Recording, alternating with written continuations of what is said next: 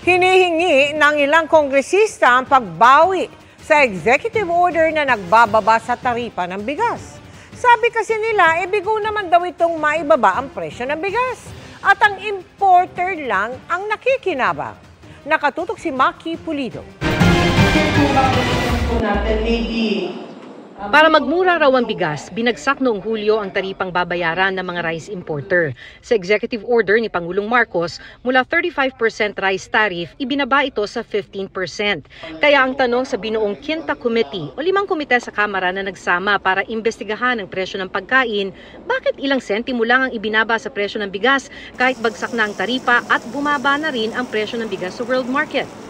Bakit, Mr. Chair?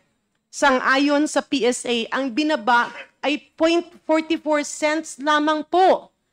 Tila pinaglalaruan tayo ng mga kamay na hindi pa nakikita.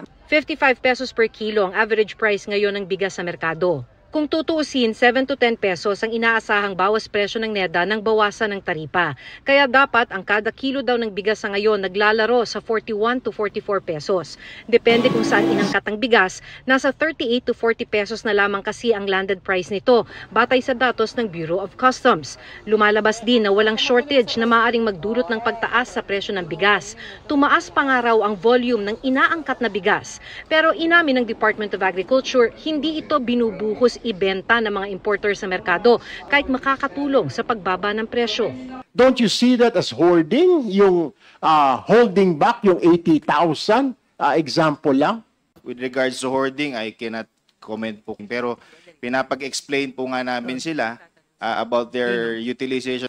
Sa unang pagdinig ng Quinta Committee, hindi pa nito natutumbok kung bakit nananatiling mataas pa rin ang presyo ng bigas.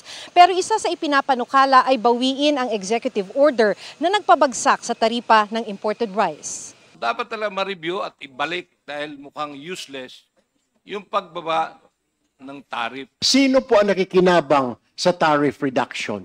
Is it the importer or is it the consumer? Malamang po yun pong mga nag-i-import. Para sa GMA Integrated News, Maki Pulido, nakatutok, 24 oras.